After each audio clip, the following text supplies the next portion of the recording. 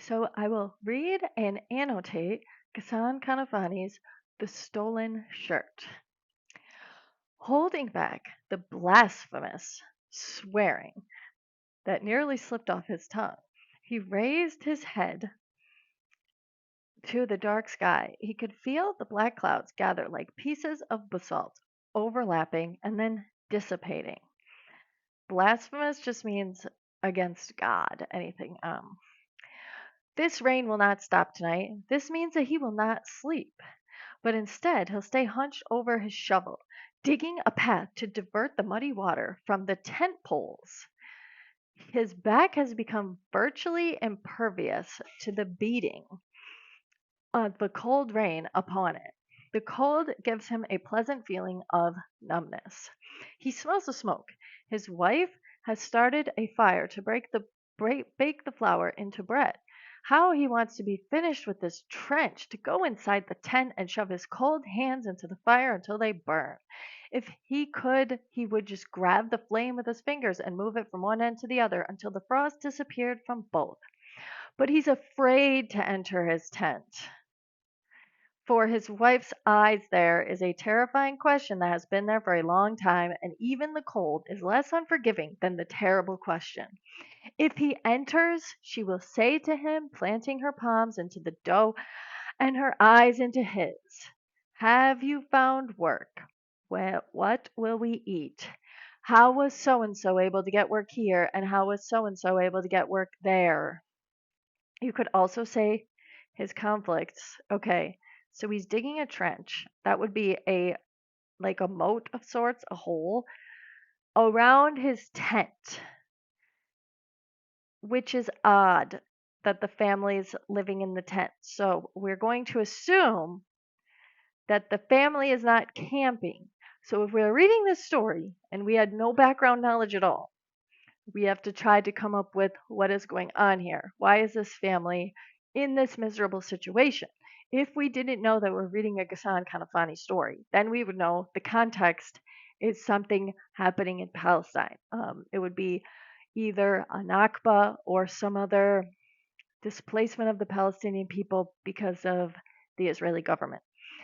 Then she will point to Abd al-Rahman, curled up in the corner of the tent like a miserable wet cat, and shake her head in silence harsher than 1,000 reproaches. What he what'll he have to say to her tonight other than what he says every night? Do you want me to steal to solve Abd al-Rahman's problems? He stood up straight in a second of panting silence, then he hunched over the broken shovel again and began to stare at the dark tent. Feeling a great panic, he asked himself, what if I stole? We can start to say we have some conflict, character versus self. The supply depots of the International Relief Agency are close to the tents, and if he decided to go through with it, then he could surely sneak by means a hole in the wall he'd find here or there into where the flour and rice are piled up. The money there does not belong to anybody. It comes from the over there, from people whom Abd al-Rahman's school teacher said are hypocrites, who kill the victim and march at his funeral. And what if he were to sell some of the flour to one of those people who have a great ability to sniff stolen goods and a greater ability to bargain their prices? The idea became more appealing to him, so he pressed on with even stronger determination to finish digging the trench around the tent, and he began to ask himself again why he shouldn't get started with this scheme tonight. The rain is intense, and the guard is more concerned with the cold than the interests of the International Relief Agency. So why not start now? Why? This gives us more context to our setting.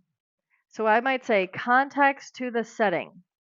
If there is an international relief agency near the tents, the reader can assume that the narrator is living in a refugee camp because of this relief agency. That's where you would see an international relief agency, typically at a refugee camp. And that is why the narrator and his family are in the tents.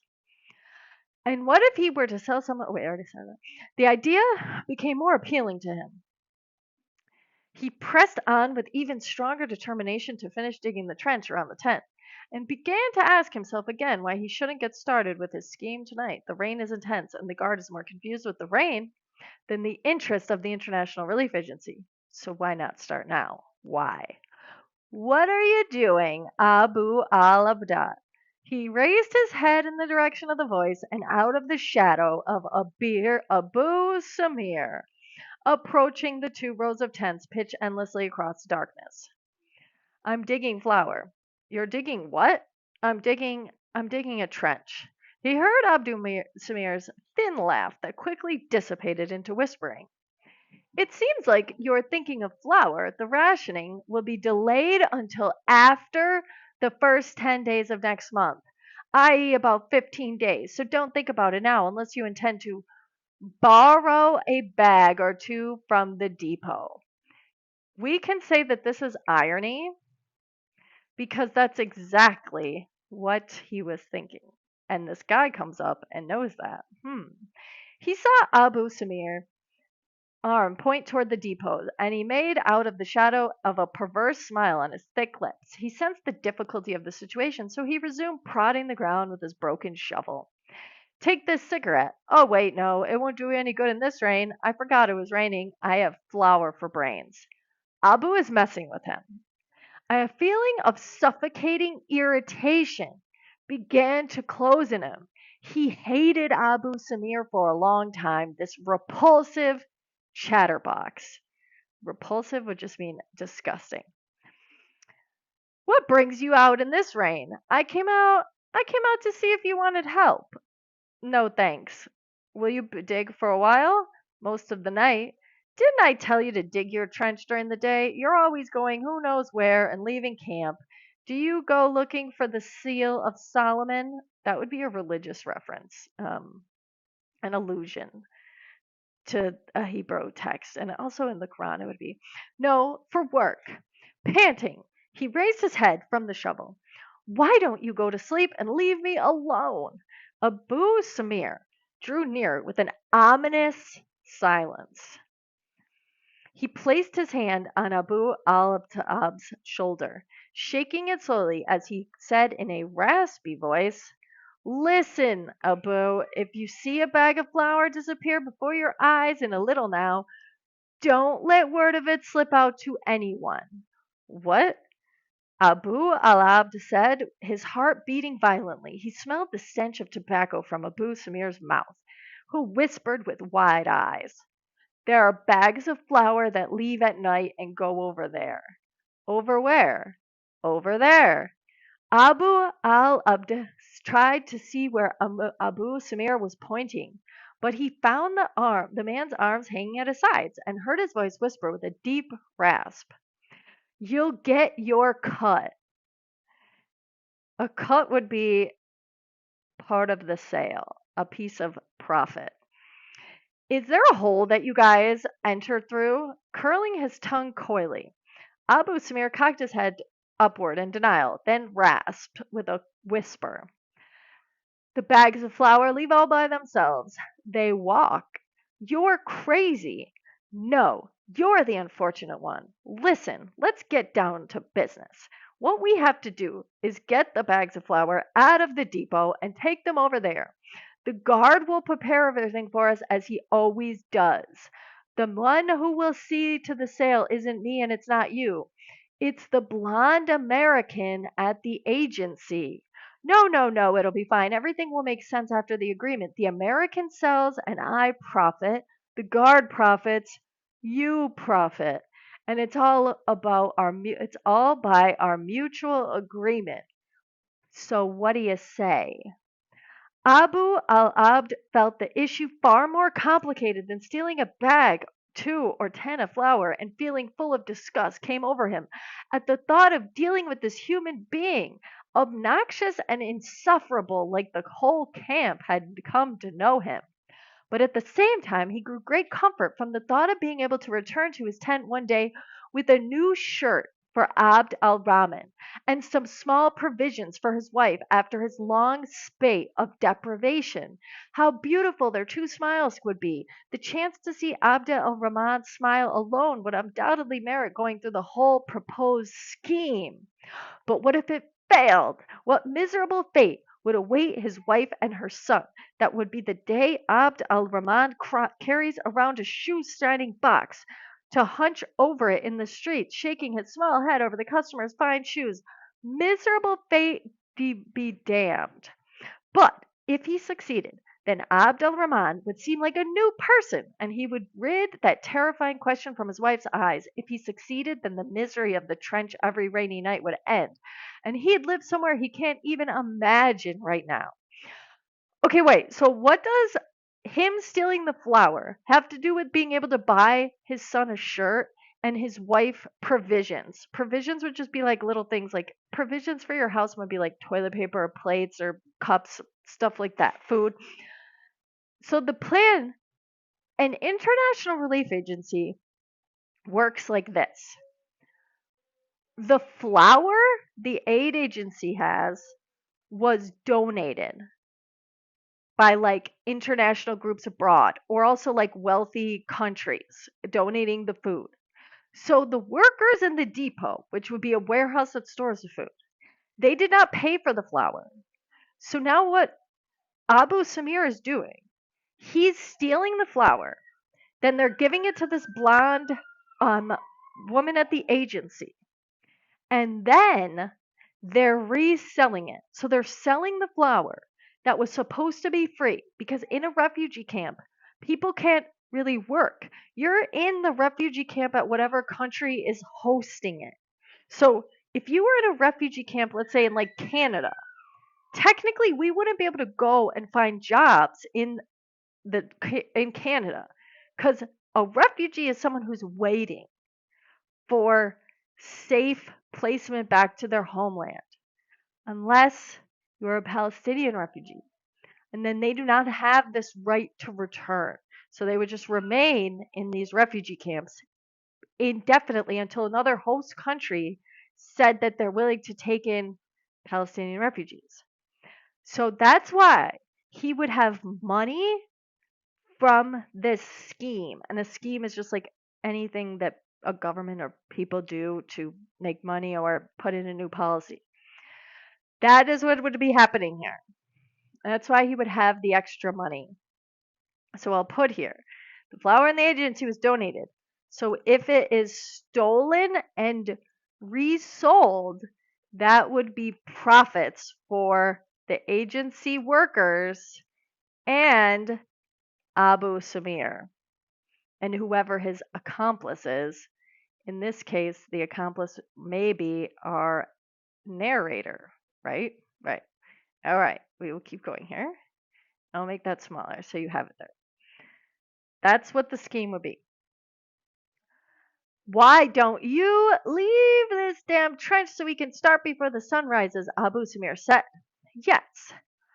Why not leave the trench? Abd al-Rahman is in the corner of the tent, panting from the cold, and he can almost feel his son's breaths brushing across his own cold forehead. How he wishes he could save Abd al-Rahman from his misery and emaciation. Emaciation would be extreme thinness, starvation. The rain has almost ceased and the moon has started to tear a rugged path in the sky. And Abu Samir still stands there in front of him like a black ghost, planting his two huge feet in the mud, raising the collar of his old coat above his ears, standing and waiting.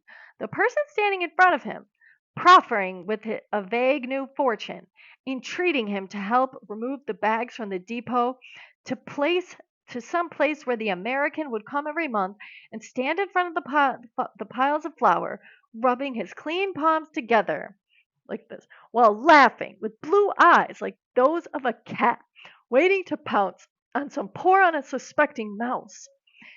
Since when have you dealt with this guard and that employee?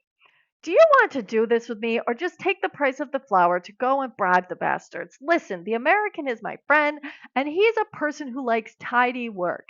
He always asks me to prioritize time and he doesn't like lateness to jobs. We have to start now. Hurry.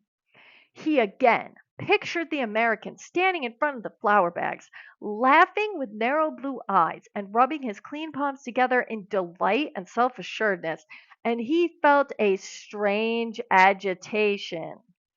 It occurred to him that the American was selling the flour all while telling the women and children of the camp that rations would be delayed until after the 10th day of the month. At this, he felt a raging flood of resentment, itself the echo of his feelings one day when he had been returning from the depots to tell his wife in a broken voice that they postponed the flour distribution 10 days. How painful was the letdown that was drawn across her toil-ridden brown face. He had felt a 1,000-pound lump in his throat as she looked in terrifying silence at the empty flour sack swinging from his arm like a hangman from a noose. This is a this would be a simile, like a hangman from a noose. And the simile here is showing you if there's no flour anywhere in this camp, people will starve to death. That a noose would be what hangs a person, a noose. That would be a simile trying to show how dire the situation is. In that glance of hers, she meant that 10 days would pass before they came across any flour for food. It also seemed that Abd al-Rahman fully understood the situation, for he had long ceased his incessant demands to be fed. In every tent of the refugee camp, eager eyes were sinking with that very same letdown. Each child in the camp had to wait 10 days just to eat bread. This, then, is the cause of the delays. Abu Samir, standing in front of him, like a black ghost, planting his feet in the mud, anxious over the outcome of his dealings, him and the American who rubs his clean palms together in front of the flour piles while laughing with narrow blue eyes. He didn't know how he lifted the shovel high above his head, nor how he smashed it with an awesome violence into Abu Samir's head, nor did he know how his wife managed to pull him away from Abu Samir's body as he screamed in her face that the flour distribution would not be delayed this month. All that he knows is that when he finally found himself back in his tent, drenched in water and mud, he embraced his son, Abd al-Rahman, as he looked into his yellow, emaciated face. He still wanted to see him smile at the sight of a new shirt, so he began to cry. And this story, you could say that it had an open ending, but what would have ended up happening, the narrator's going to get arrested, and the narrator will probably end up executed or going to prison, and the fate of his son and his wife is pretty dire, and that would be why he's crying. So this would be your resolution, him crying. You could say that the resolution here, he realized what he's done. Resolution, the narrator realizes the gravity of his violent outburst and understands that his family's poverty is set in stone because he will most likely be arrested.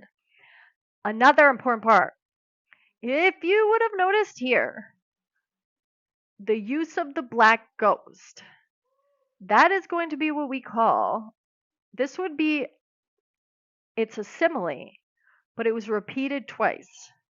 He referred to Samir, Abu Samir.